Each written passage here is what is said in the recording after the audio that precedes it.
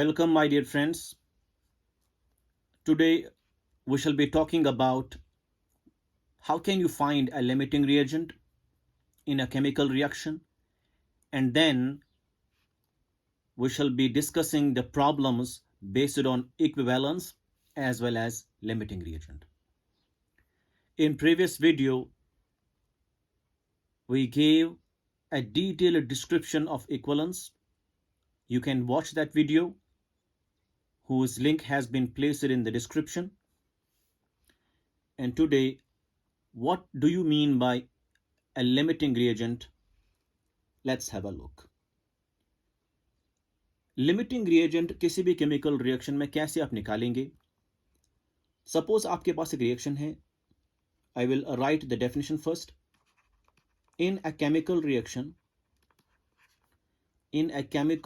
Reaction reagent present in minimum amount, वो वाला reagent जो मिनिमम अमाउंट में अवेलेबल हो. Reagent present in minimum amount, that means अगर आप इक्वलेंस उसके निकालेंगे तो वो मिनिमम होने चाहिए. मिनिमम इक्वलेंस और मिनिमम मोल्स. उससे क्या होगा? सो दैट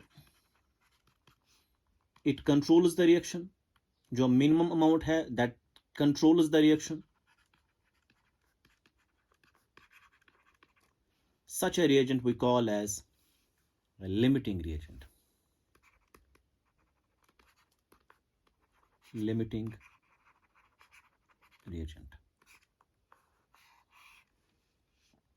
So, एक केमिकल रिएक्शन में वो वाला रिएजेंट या वो वाला रिएक्टेंट जो मिनिमम अमाउंट में अवेलेबल है, विच मीन्स अगर उसके मिनिमम इक्वलेंस निकले या मिनिमम मोल्स निकले, so that it controls the reaction, it controls that particular reaction, it controls the product formation. Such a reagent we call as limiting reagent. For example,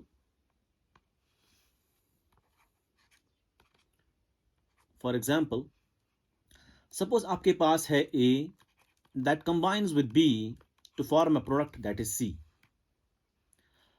अब अगर सीधी सी बात है, अगर आप देखेंगे इक्वलेंस ऑफ ए बराबर होता है to that of equivalents of B, and that's equal to equivalence of C. If अगर इसके इक्वलेंस आपको निकले 10 और इसके इक्वलेंस आपको निकले 20, जब आपके इक्वलेंस जो है ए के 10 निकले बाय सम मेथड, और आप जब डिटरमाइन करेंगे या प्रॉब्लम सॉल्व करेंगे, ए के इक्वलेंस सपोज आपके निकले, इफ वो that comes out to be 10 and for B the equivalence comes out to be 20. So which means that अब दोनों में से मिनिमम इक्वलेंस किसके हैं? That is of A.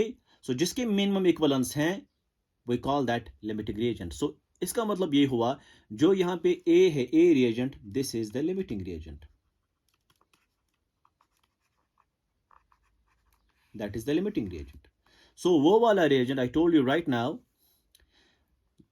which is present in minimum amount, means उसके equivalence minimum है या उसके moles minimum है, such that it controls the reaction, we call it limiting reagent. Like we did here. Suppose आपके equivalence A के 10 निकले, B के 20 निकले, तो minimum equivalence A के हैं, तो A is the limiting reagent. अगर आप मोल के हिसाब से देखेंगे, if you go by mole, so suppose you have A plus it combines with 2 times B gives C, and सीधी सी बात है, अगर आपको दिया हुआ है, गिवन क्या है? गिवन है आपको इसके दिए हुए हैं 2 मोल और इसके दिए हुए हैं सपोज 2 मोल, और C भी कुछ बनता है. अब आपको लिमिटिंग रिएजेंट निकालना है. So what you do is, you see first reaction की स्टाइकोमेट्री क्या है. What is the stoichiometry of a reaction? देखिए, रिएक्शन में क्या है, 1 मोल ए का कंबाइन होता है बी के 2 मोल से, मतलब 1 मोल कंबाइन होता है with 2 moles. This implies A के कितने मोल दिए हैं? 2 मोल. दिस इंप्लाइज 2 मोल जो है that should combine with how many moles? 4 moles of B. लेकिन गिवन क्या है? इसके 2 मोल्स 2 ही से कंबाइन होते हैं. मतलब what is in minimum amount? इसके 4 होने चाहिए actually, but we have 2 only of B. So B is the limiting reagent. B is the limiting reagent. फिर से मैं बता रहा हूं, अगर आप if you go by equivalents there is no issue. आपको सीधे पता चलेगा किसके इक्वलेंस कम है.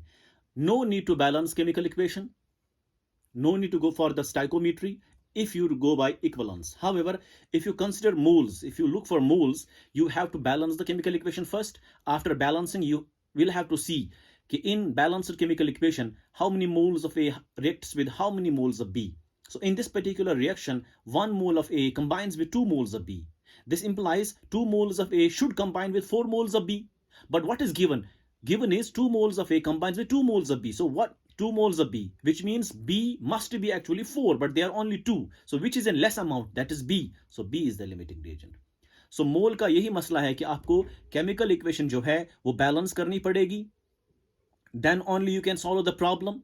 While as in case of equivalence, you simply have to see equivalence determine करके जिसके equivalence कम है तो that is the limiting reagent. दूसरा एक इंपॉर्टेंट पॉइंट मैं बताना जा रहा हूं, दैट इज जब आप प्रोडक्ट निकालेंगे, once you find the product, this is very important point. Product और we can say amount of product formed. Amount of product formed is decided by the limiting reagent. मतलब जितना limiting reagent होगा, जितना amount या जितना amount limiting reagent का होगा, उसी अकॉर्डिंग आपको अमाउंट ऑफ प्रोडक्ट बी बनेगा. अगर आप प्रीवियस एग्जांपल देखेंगे, इक्वलेंस किसके कम थे? ए के कम थे, तो लिमिटिंग रिएजेंट वाज ए. इसका मतलब यह हुआ equivalents of C is also 10. So product amount of C is decided by the amount of limiting reagent.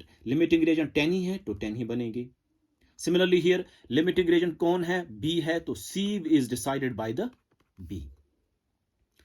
Amount of C, amount of product is decided by the amount of limiting reagent. ये एक important बात है यहाँ. This is very important. ये आपको ध्यान में रखना है. So amount of product formed is decided by the limiting reagent. I hope you understand this. Next, this was all about limiting reagent. One more point I should add here, that is, देखिए मैंने मोल के हिसाब से यहाँ पे example दे दी. अगर आपको question में आता है कि ए के आपको 200 मॉलिक्यूल्स दिए हुए हैं, बी के आपको 100 मॉलिक्यूल्स दिए हुए हैं, तो आपको दिया हुआ है molecules, which means particles. So you have to convert the mole into particles. And you know the definition of mole. I have discussed this also in lecture 4th probably, wherein I told you the definitions of mole. Mole is equal to weight by molecular weight, gram molecular weight. Mole is equal to volume by 22.4 liters at STP. And then volume, moles is equal to number of particles by Avogadro's number. तो उस हिसाब से आप मोल को convert कर सकते हैं into particles. Then you can see the limiting reagent. अगर आपको दिए हुए हैं volume of A, volume of B, आप फिर भी निकाल सकते हैं what is the limiting reagent among the two, and then you can find the product according to the limiting reagent. This is important. Now we shall be discussing problems based on equivalence as well as limiting reagent. So problems.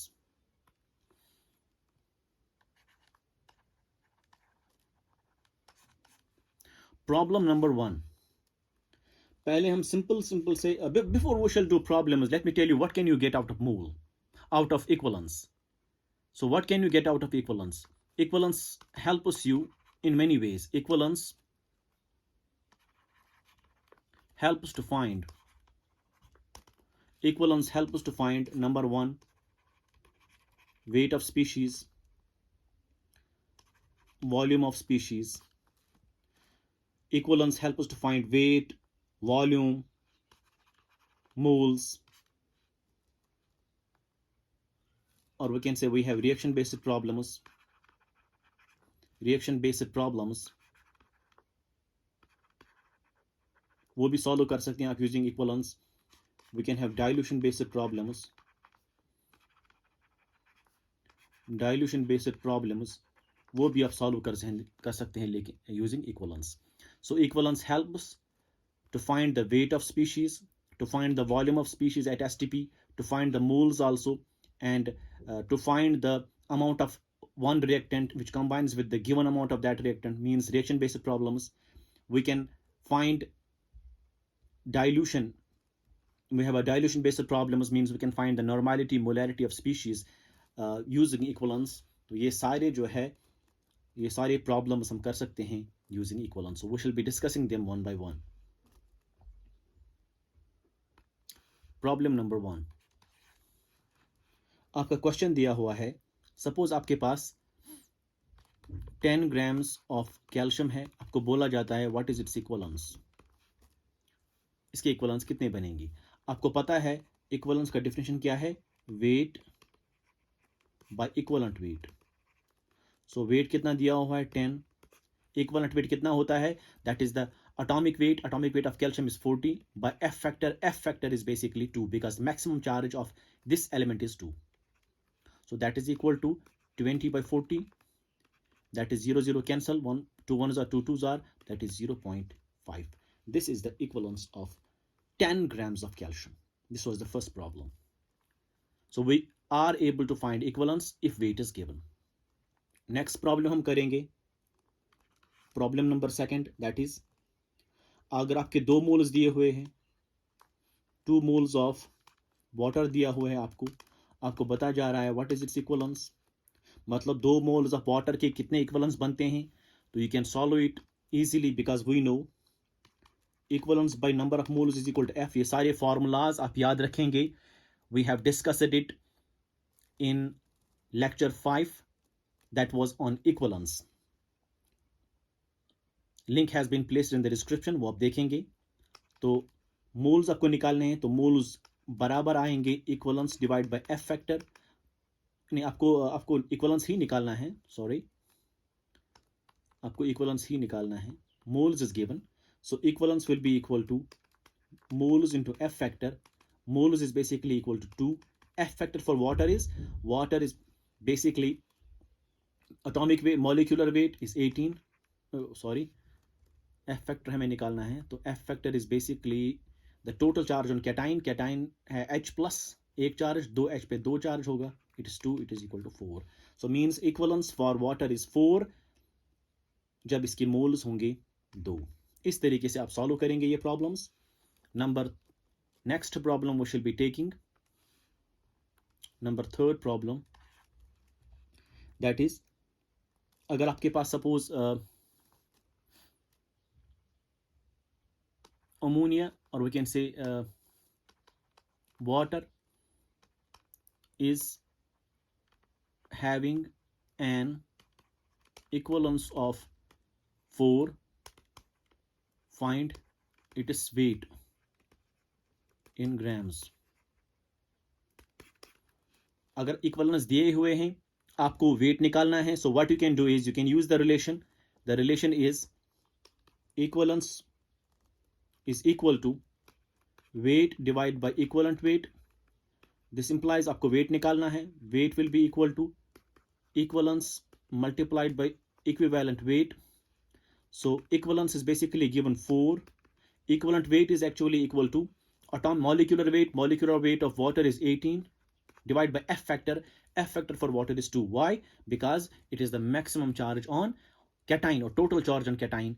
Hydrogen cation है, it's H plus. एक hydrogen पे 1 plus charge, 2 hydrogen पे 2 आएंगे, divide by 2. So you have 2 2s are 4, 18 2s are 36 grams. 36 grams is the answer. So जब water के 4 equivalence होंगे उसका wait बनता है कितना, 36 grams. This is how you solve a problem. Number 5th problem is अगर आपको रिएक्शन दी हुई है, ये वॉल्यूम के हिसाब से एक प्रॉब्लम हम करेंगे पहले.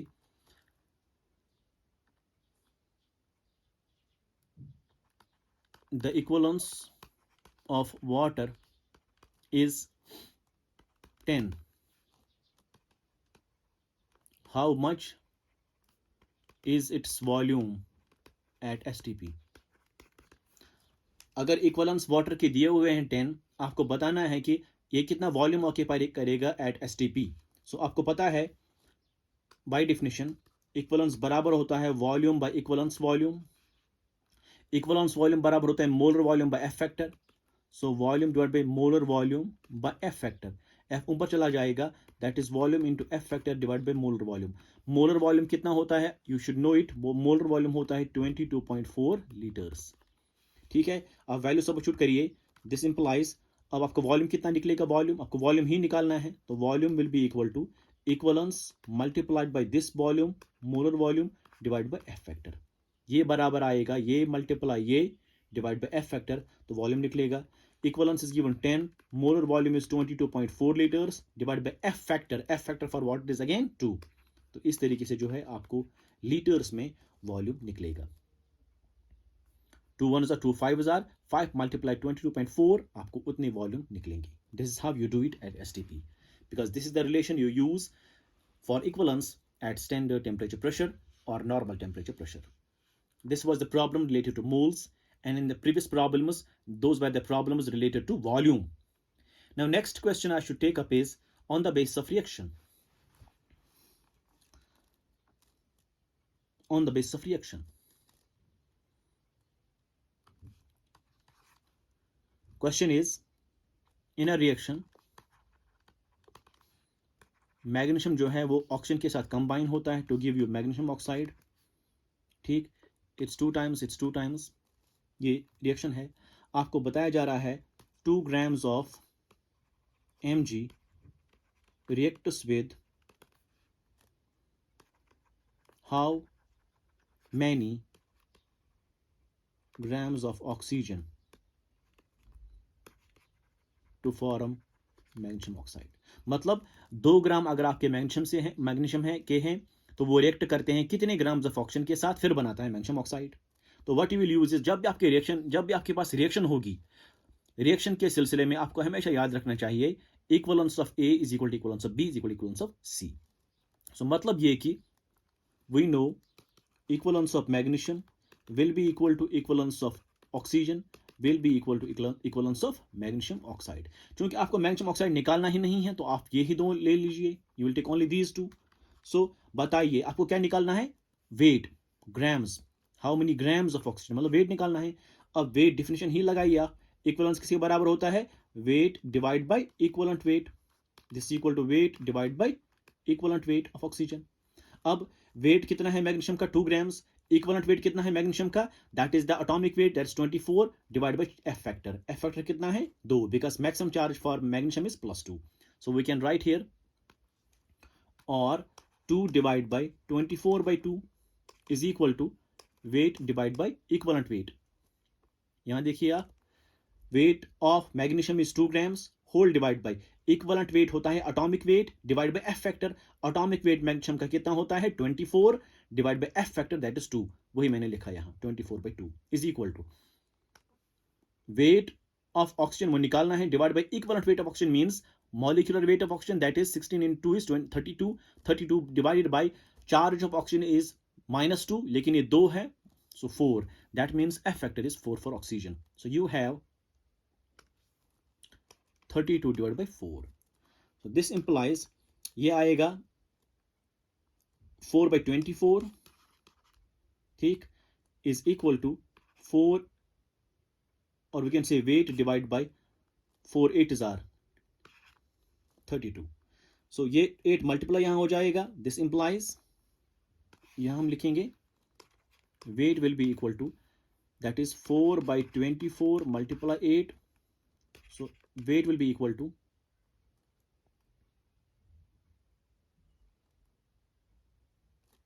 8/6.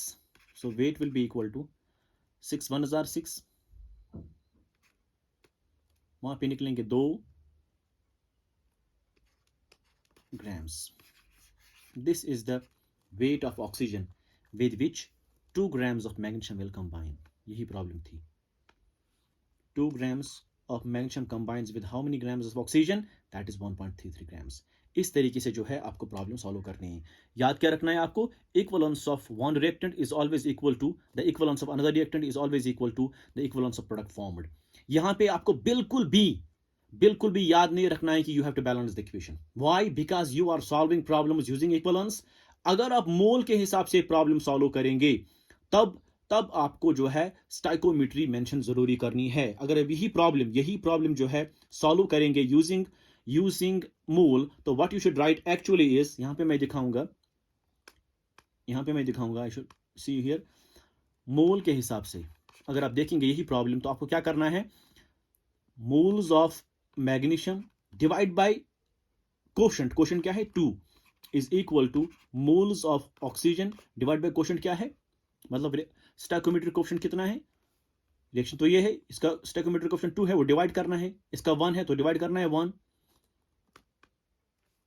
Divide by 1।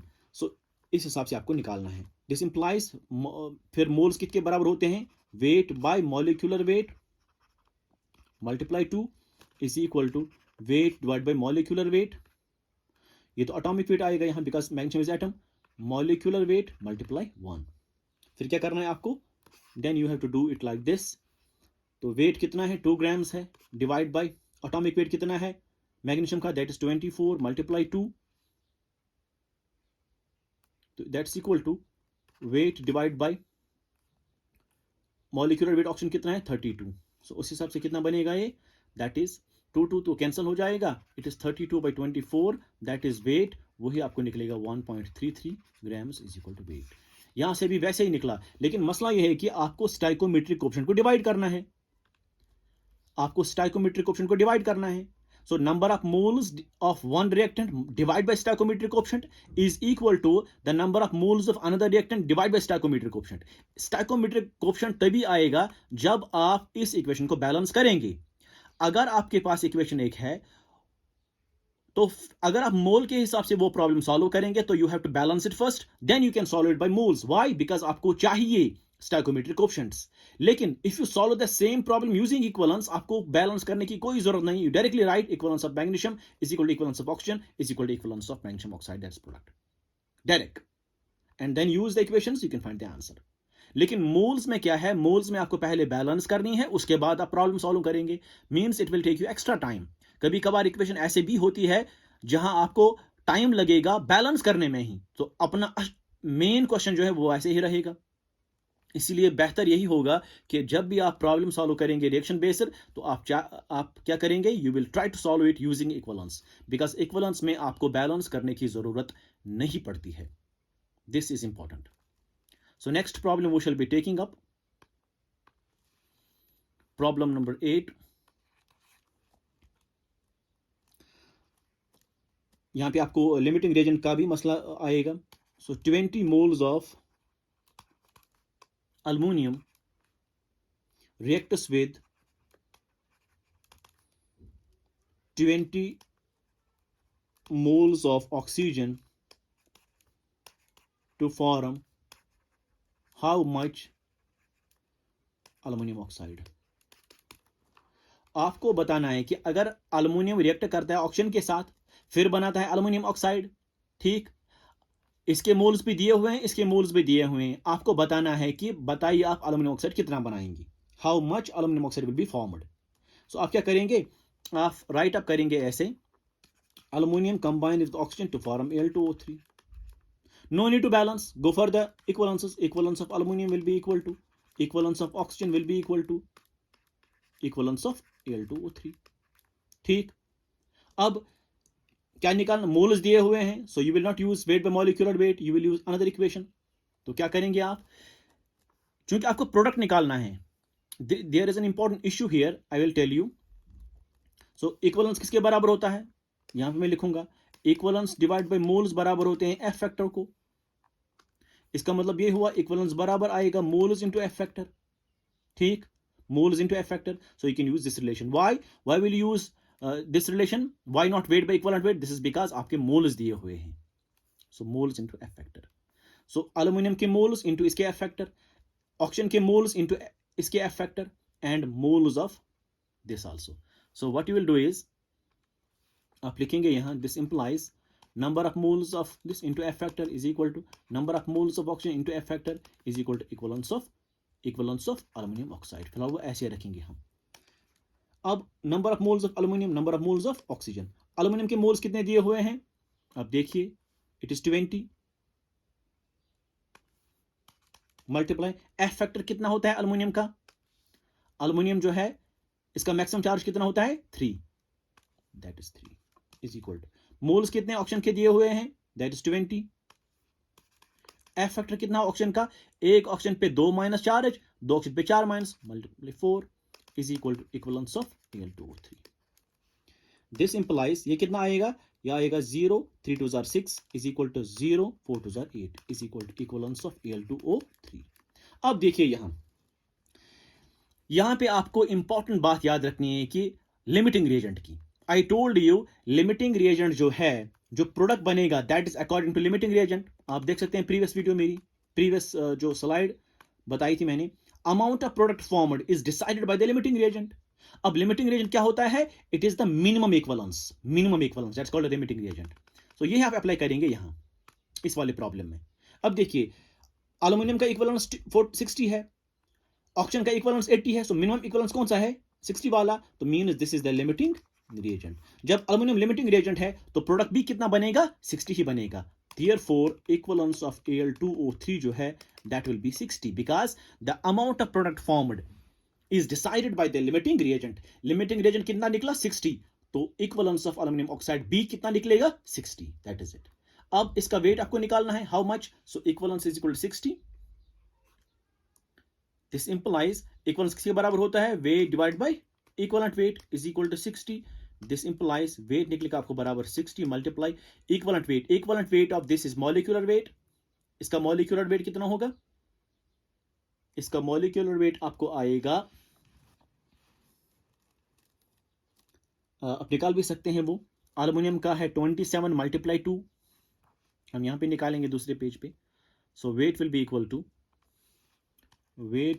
To 60. This 60 multiply equivalent weight. So 60 multiply equivalent weight is gram molecular mass divided by F factor. अब अल्यूमिनियम ऑक्साइड का मॉलिक्यूलर मास कितना आएगा? अल्यूमिनियम का एटॉमिक मास है 27 मल्टीप्लाई 2 प्लस ऑक्सीजन का 16 है multiply 3, that is 2 7 are 14, 54 plus 48. तो ये आएगा 8 + 4 is 12, 102 आएगा. So which means 60 divided by molecular mass 102 divided by F factor कितना आएगा? अल्यूमिनियम पर कितने चार्ज है टोटल? 3. लेकिन ये 2 अल्यूमिनियम हो गए 6. That is 10 into 102. वो आएगा आपको, that is 1020 grams. This is the amount of aluminum oxide formed from aluminium and oxygen जब आपने 20 मोल्स लिए थे. इस तरीके से जो है आपको प्रॉब्लम सॉल्व करनी है. So important to mention here is, आपको पहले निकालना है लिमिटिंग रिएजेंट कौन सा है. So according to limiting reagent you will find the amount of product formed. So उस हिसाब से आपको फिर इक्विवेलेंस जब निकलेगा तो आप वेट बाय इक्विवेलेंट वेट करके वेट निकालेंगे, अमाउंट निकालेंगे. सो आपको यही निकालना था कि how much amount to form how much aluminium oxide. How much की जगह अगर आपको लिखेगा वो टू फाइंड द मोल्स, तो आपको मोल्स निकालेंगे. टू फाइंड वेट भी निकाला. आप सब कुछ निकाल सकते हैं यूजिंग दीज इक्वेशंस. सो इसमें आपको एक कॉन्सेप्ट इस्तेमाल हुआ, दैट इज लिमिटिंग रिएजेंट का. One more problem we should be doing here, problem number 9. So problem number 9 जो है that is find equivalence of 20 moles of potassium permanganate in acidic medium. मतलब आपको 20 मोल्स पोटेशियम परमैंगनेट के दिए हुए हैं, आपको इसके इक्विवेलेंस निकालने हैं, लेकिन इन एसिडिक मीडियम. सो आपको पता है, we know equivalence divide by moles F factor के बराबर होता है. तो इक्विवेलेंस ही निकालना है आपको. So equivalence will be equal to number of moles into F factor. तो नंबर ऑफ मोल्स किसके बराबर है? Number of moles is 20. Multiply, अब एफ फैक्टर निकालना है। Potassium permanganate acidic medium में ऑक्सीडाइज होता है, तो it is the reaction like this. I told you KMnO4 gives you in acidic medium Mn2+, ये आपको पता होना चाहिए। You can watch that video again. सो इसका ऑक्सीडेशन नंबर +7 है, इसका +2 है, तो चेंज कितने का आया? +5 का आया, तो एफ फैक्टर कितना होता है? 5 होता है। यह आपको याद रखना है। पोटेशियम पर मैग्नेट इन एसिडिक मीडियम, उसका एफ फैक्टर होता है 5, in neutral medium it is 3, in basic medium it is 1। वो आप याद रखेंगे। So multiply 5, that will be 100। Equivalence कितना आएगा? इक्विवेलेंस आएगा 100। ये आपको निकालना था equivalence. So let's talk one more problem, जिसमें फिर से इक्विवेलेंस का जिक्र भी आएगा। Problem number 10, that is find moles of barium hydroxide which reacts with 20 moles of phosphoric acid and also find moles of product formed। Product क्या बनता है? प्रोडक्ट बनता है barium phosphate. Product formed, that is barium phosphate, Ba3PO4 2। Find the moles of product also. So आपको निकालने हैं कितने moles barium hydroxide के रिएक्ट करते हैं with 20 moles of phosphoric acid. एक तो ये निकालना है, और जब प्रोडक्ट बना उसके भी मोल्स निकालने हैं। तो you will directly right equivalence of barium hydroxide is equal to equivalence of phosphoric acid is equal to equivalence of product ये है। अब equivalence of barium hydroxide कितना होता है? number of moles into F is equal to number of moles into F is equal to, फिर हम ऐसे रखेंगे equivalence of product। अब देखिए इन दोनों को पहले कंबाइन करिए आप, इन दोनों को नंबर ऑफ मोल्स किस निकालने हैं। अब इसके number of moles phosphoric acid कितने हैं? 20 है। एफ फैक्टर कितना है? फास्फोरिक एसिड में जब भी आएगा ऑक्सो एसिड्स ऑफ फास्फोरस, मैंने आपको बोला है you will find F factor by number of oxygen -1। So कितने ऑक्सीजन है? 4, 4 - 1 is 3। So F factor for phosphoric acid is 3। Moles कितने हैं? 20, वो हो गए 60। So we can write it here. This implies n multiply F factor। F factor for barium hydroxide. Barium hydroxide is base, it gives you 2 OH minus ions, so F factor is 2. Because for bases, number of replaceable OH minus ions gives you F factor. So multiply 2 is equal to 20 multiply 3. 20 तो moles हो गए, और F factor कितना है? 3 है। पहले इन दोनों को सॉल्व करिए। दिस इंप्लाइज मोल्स कितने आएंगे? वो आएगा बराबर आपको, या निकालिए आप मोल्स कितने आएंगे? मोल्स आएंगे यहां से आपको, ये 2 डिवाइड हो जाएगा। So n will be equal to 20 multiply 3/2, that is n will be equal to 10 × 3, that is 30। So number of moles जो है बैरियम हाइड्रोक्साइड के वो आएंगे कितने? 30। अब देखिए आप, अब इक्विवेलेंस कितना आया? अब सी मोल्स कितने आए? 30। मोल्स कितने आए? 30। अब वापस आए अपने क्वेश्चन पे। क्वेश्चन क्या था यहां? Equivalence of what? Equivalence of barium hydroxide is equal to equivalence of phosphoric acid is equal to equivalence of product. अब इसके इक्विवेलेंस कितने निकले आपको?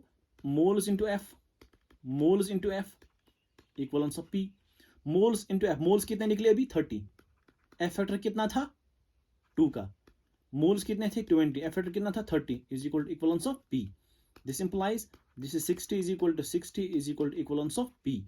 तो जब ये 60 बराबर है, इसका मतलब इक्विवेलेंस कितना निकलेगा? 60। So equivalence of product is also 60। So weight आप निकाल सकते हैं। वेट किसके बराबर होगा? Weight by equivalent weight. So you will do it here. So weight divide by equivalent weight of product is equal to, that is 60. This implies weight कितना निकलेगा? Amount कितना निकलेगा? that is 60 into equivalent weight. equivalent weight किसके बराबर होता है? molecular weight divided by F factor. Suppose molecular weight is x divided by F factor कितना आएगा इसका? अब देखिए, product is this, तो एफ फैक्टर कैटाइन कौन सा है, दिस इज साल्ट, कैटाइन है बैरियम, बैरियम का ऑक्सीडेशन स्टेट है +2, सो +2 मल्टीप्लाई 3 इज 6, तो 6 आएगा एफ फैक्टर। तो एक्स आप मॉलिक्यूलर वेट निकालिए, मॉलिक्यूलर वेट निकालिए बैरियम फॉस्फेट का, वो डिवाइड कीजिए, you will get the answer in grams. इस तरीके से जो है आप अमाउंट ऑफ प्रोडक्ट भी निकालेंगे, और जो है आप एक तो अमाउंट निकालेंगे, दूसरा आप वो रिएक्टेंट्स का भी निकाल सकते हैं, जैसे हमने निकाला अभी बैरियम हाइड्रोक्साइड के मोल्स। इस तरीके से जो है आप प्रॉब्लम को सॉल्व करेंगे। This is very important. One more problem we shall be taking up here, that is problem number 11।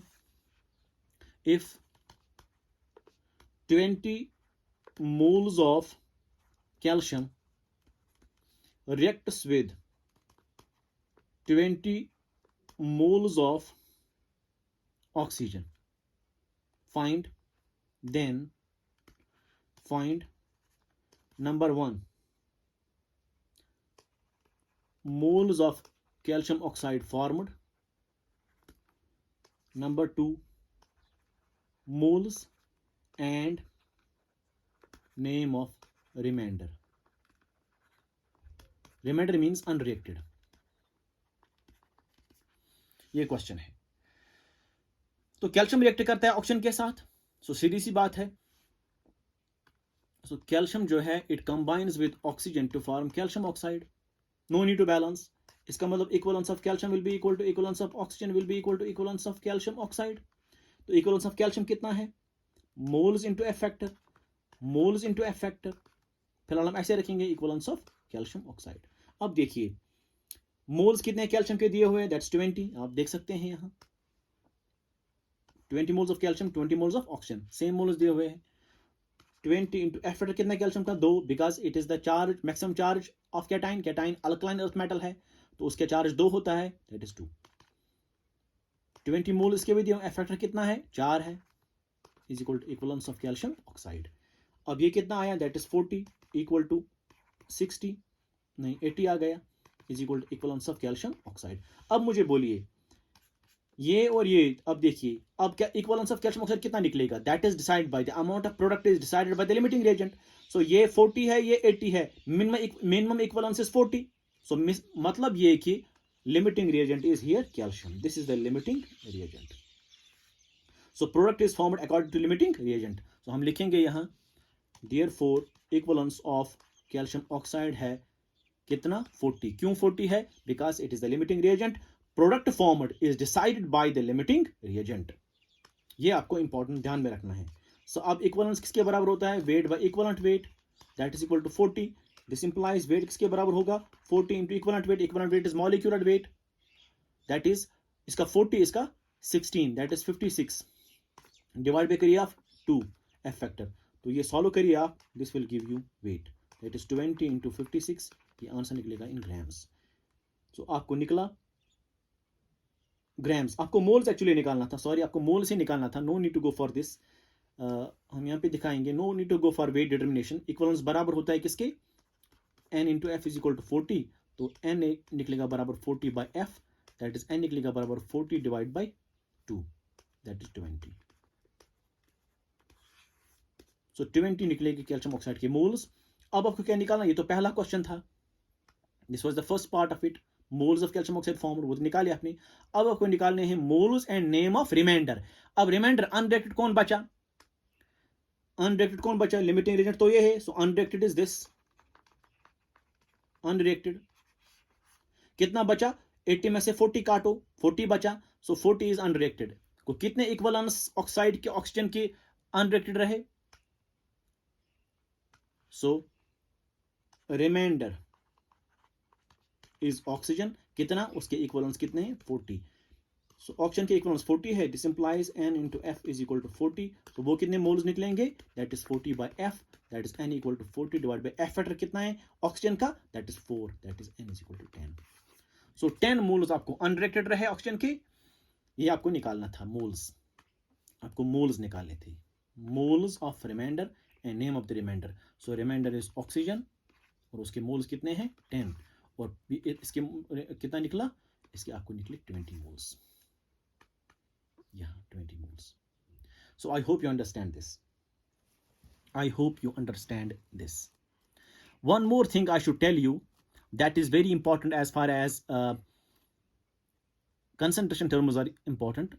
So जब भी आपके पास next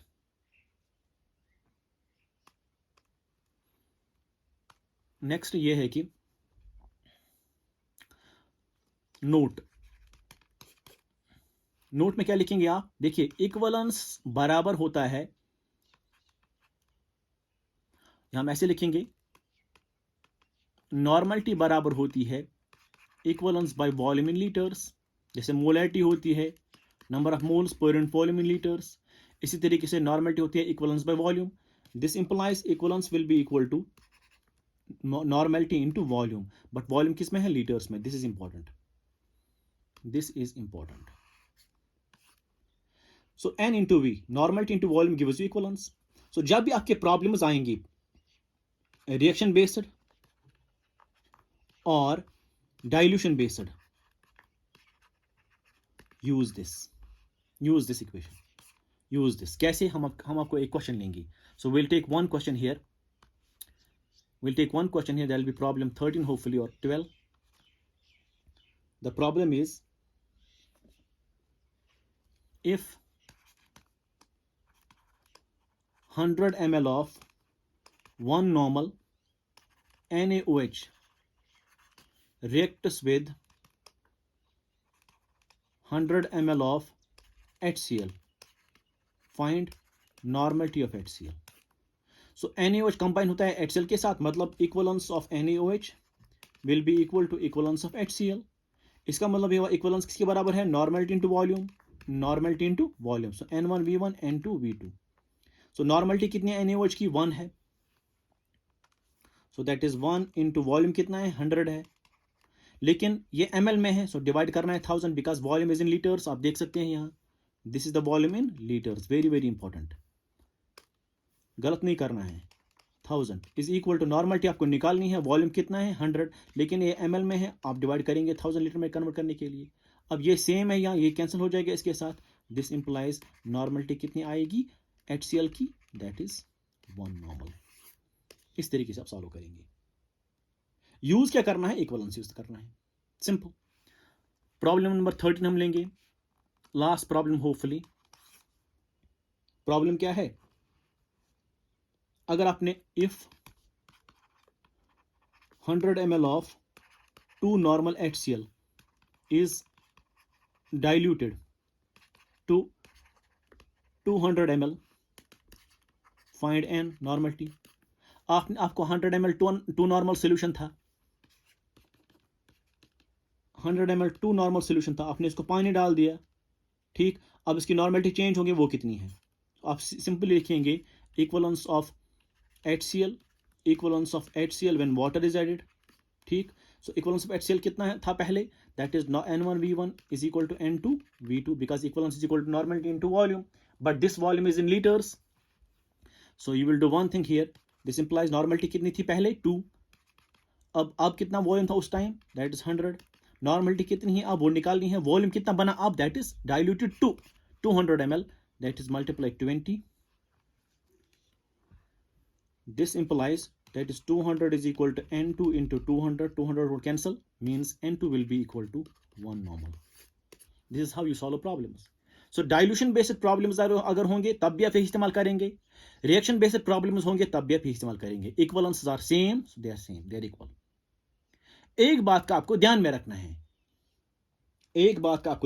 है, अगर आपके स्पीशीज नहीं दिए हुए हैं, कंपाउंड्स नहीं दिए हुए हैं, बल्कि दिया हुआ A और B दिया हुआ है, तब आप मजबूर है प्रॉब्लम को सॉल्व करना यूजिंग मोल.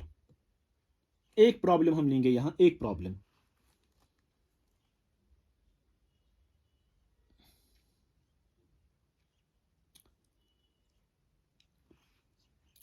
हम लेंगे यहां नंबर 14 करके.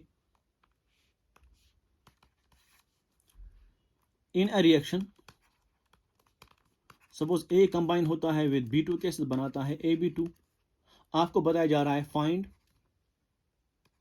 लिमिटिंग रिएजेंट इफ A के दिए हुए हैं कितने? 300 एटम्स एंड B के दिए हुए हैं 200 एटम्स. अब आप इक्विवेलेंस नहीं लगा सकते। क्यों? इक्विवेलेंस में आपको जरूरत पड़ता है एफ फैक्टर की। तो यहां पे आप एफ फैक्टर नहीं निकाल सकते। क्यों? क्योंकि यहां पे एक सब्सटेंस नहीं दिया हुआ है, कौन सा है, तो it is A and B, so you can use moles here. आप क्या करेंगे, रिएक्शन बैलेंस्ड है, सो बैलेंस्ड जब रिएक्शन होगी तब आप मोल्स निकालेंगे। सो एक मोल जो है वो कंबाइन होता है विद एक मोल ऑफ B2। इसका मतलब ये हुआ एक मोल के कितने particles, Avogadro's number particles. So Avogadro's number of particles of A will combine with Avogadro's number particles of B. उसका मतलब ये हुआ जितने पार्टिकल इसके उतने पार्टिकल इसके भी। लेकिन इसके कितने पार्टिकल दिए हुए हैं, 300 पार्टिकल। इसके कितने दिए हुए हैं, 200 only. So it should also have been 300 because जितने पार्टिकल इसके Na पार्टिकल के कंबाइन करते हैं, मतलब Avogadro's number particle will combine with Avogadro's number particle to form the product. क्यों? Because एक मोल इसका एक मोल इसका, so 1-1 combination is there, means Na combination is there। मतलब ये कि जितने पार्टिकल A के होंगे उतने ही पार्टिकल B के भी होने चाहिए। इसका मतलब ये हुआ अगर A के पार्टिकल 300 दिए हुए हैं तो B के भी 300 होने चाहिए, लेकिन 200 ही है। सो मिनिमम कौन सा है, B है। This is the limiting reagent. सो आप मोल्स इस्तेमाल करेंगे। You will do the problem by moles because वहां पे F factor नहीं लिखा हुआ है। I hope you understand this. So this was all about limiting reagent as well as problems based on equivalence as well as limiting reagent. If you find it difficult to move forward and backward, pause it, watch it carefully, and if you like my videos, please do share and subscribe my channel. Thank you very much.